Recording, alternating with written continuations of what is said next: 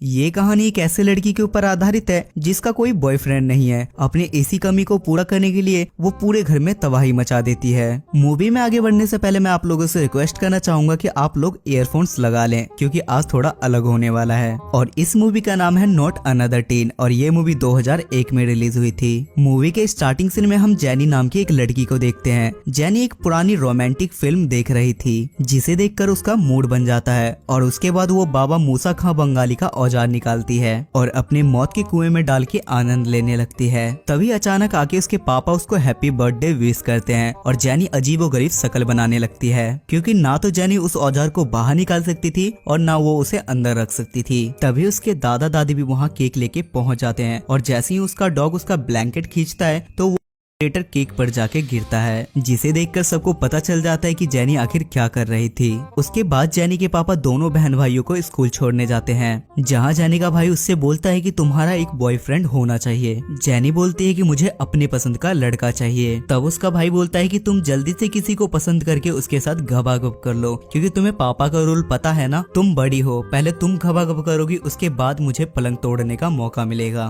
उसके बाद उसके पापा उन दोनों को स्कूल छोड़ के वहाँ से चले जाते हैं। तब वहाँ जैक नाम का एक लड़का आता है जो काफी स्मार्ट था और सारी लड़कियां उस पर जान लुटाती थी। थोड़ी देर में जैनी के पास रिकी नाम का एक लड़का आता है जो जैनी को बर्थडे गिफ्ट देके उसे इनडायरेक्टली बोलता है कि मैं तुमसे बहुत प्यार करता हूँ और मुझे तुम्हारी लेनी है, पर जैनी उसे इग्नोर करके आगे बढ़ जाती है। इधर जैनी का भाई अपने दोस्तों से बोलता है कि बस अब बहुत हुआ और अब मुझे किसी लड़की के साथ घबाघब करना है और मुझे अपने लूज करनी है। तभी वो सामने एक अमेंडा नाम की लड़की को देखता है जो उसे अपने लिए परफेक्ट लगती है। इधर जैक अपने दोस्तों के साथ एंजॉय कर रहा था। तभी वहाँ कैथरीन नाम की लड़की आके उसके साथ आंख मटक्का करने लगती है पर जैक किसी तरह अपनी इज्जत बचाता है। दरअसल जैक की ऑलरेडी प्रिस्ला नाम की गर्लफ्रेंड है जो उसे बाहर किसी इम्पोर्टेंट काम से जल्दी से बुलाती है। प्रिस्ला जैक को बुला के उससे बोलती है कि मैं तुमसे ब्रेकअप कर रही हूँ क्योंकि मुझे तुमसे अच्छा कोई और मिल गया है। जैक शॉक हो जाता है कि प्रिस्ला मेरे जैसे स्मार्ट लड़के को कैसे छोड़ सकती है जिसपे लाखों लड़कियां जान लुटाती हैं। इधर जैनी ड्राइंग रूम में ड्राइंग कर रही थी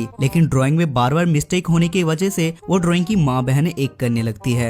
बाहर निकलने के बाद जैक और उसके फ्रेंड प्रिस्ला को किसी और लड़के के साथ देखते हैं। जैक का दोस्त बोलता है कि प्रिस्ला काफी सुंदर है और इस बार भी प्रॉम क्वीन वही बनेगी, पर जैक बोलता है कि ऐसा कुछ भी नहीं है, ये सब एक मेकअप का कमाल है जिसके कारण कोई भी लड़की सुंदर बन सकती है। जिस पर जैक का दोस्त उससे शर्त लगाता है कि अगर तुमने स्कूल की सबसे चंपू लड़की को प्रोम क्वीन बना दिया तो तुम शर्त जीत जाओगे। तभी वहाँ सामने से जैनी आ रही थी और जैक का दोस्त जैनी का ही नाम लेता है और जैक को इस बात को मानना पड़ता है क्योंकि उसने शर्त लगाई थी। क्लासरूम में पहुंचने के बाद रिकी इनडायरेक्टली पोएम सुना के जैनी को प्रपोज कर रहा था पर जैनी भी उसे पोएम समझकर इग्नोर कर देती है। इधर जैनी का भाई अपने दोस्तों के साथ अलग ही कारनामे कर रहा था। वो लोग एसी की सीलिंग में घुस के लड़कियों को कपड़े बदलते हुए देख रहे थे। कुछ दूर आगे बढ़ने के बाद वो तीनों जैनी के क्लासरूम में जाके गिरते हैं जिसके कारण उन तीनों को पनिशमेंट मिलती है। इधर जैक जैनी के पास जाके उसे डेट के लिए इनवाइट करता है और बोलता है कि मुझे तुम्हारी लेनी है, पर जैनी उसे मना कर देती है क्योंकि उसने 6 साल में कभी जैनी से बात नहीं की थी।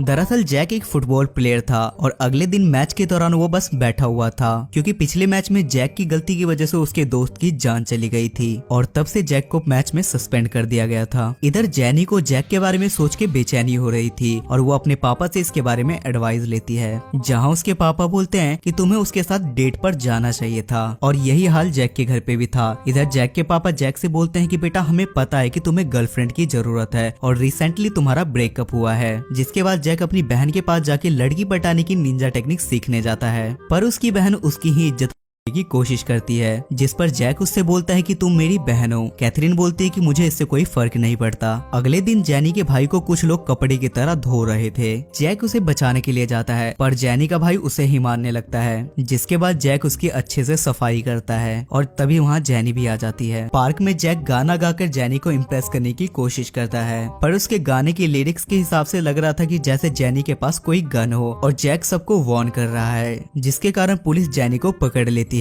पर बाद में जैनी छूट के जैक के घर जाती है और वो जैक से बोलती है कि तुम मेरा पीछा करना छोड़ दो, जिस पर जैक उसे अपना काला नाग दिखाता है पर जैनी उसके काले नाग को इग्नोर करके वहाँ से चली जाती है। उसके बाद जैक अपनी बहन कैथरीन के साथ जैनी के घर पे उसे पार्टी में लाने के लिए जाता है जहाँ कैथरीन जैनी को कमरे में ले जाके उसे अकेले में तैयार करती है। आफ्टर सम टाइम जैनी को देख के जैक सोच में पड़ जाता है क्योंकि वो बहुत सुंदर लग रही थी और वो स्लो मोशन में नीचे आ रही थी, लेकिन देखते ही देखते उसका स्लो मोशन फास्ट मोशन में बदल जाता है। उसके बाद पार्टी में सब लोग जेनी को ही देख रहे थे क्योंकि वो बहुत ही ज्यादा खूबसूरत लग रही थी। थोड़ी देर में ड्रिंक करने के बाद जेनी नशे की हालत में ड्रामेबाजी करने लगती है और तभी जैक की एक्स जेफ वहाँ आकर जेनी की झंड कर देती है और जेनी वहाँ से चली जाती है। रात में जैक जेनी के घर जाके उसके साथ अपनी फैमिली की बात करने लगता है। बातों ही बातों में वो दोनों चुम्मा चाटी करने वाले थे, लेकिन किस करने से पहले वो दोनों अनकंफर्टेबल हो जाते हैं। जैक अब सच में जेनी को लाइक करने लगा था और वो वहाँ से चला जाता है। अगले दिन स्कूल में प्रिस्ला फिर से जेनी की झंड करने लगती है, लेकिन इस बार जेनी को घंटा कोई फर्क नहीं पड़ता। उसके बाद जैक का दोस्त उसे याद दिलाता है कि तुमने मेरे साथ कोई शर्त लगाई थी और इसी वजह से जैक जेनी को अगले दिन मैच के लिए इनवाइट करता है। जेनी भी काफी एक्साइटेड होती है और वो आने के लिए हाँ कर देती है।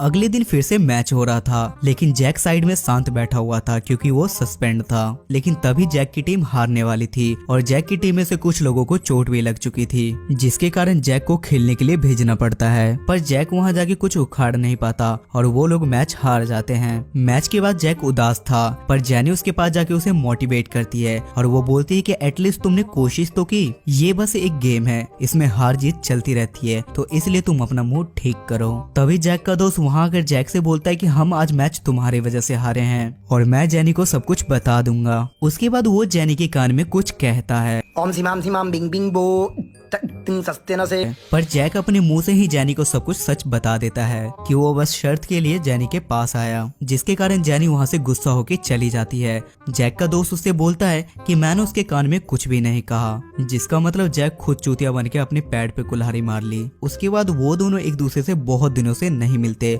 और दोनों को एक दूसरे की याद आ रही थी और दोनों का दिल एक ही गाना गा रहा था।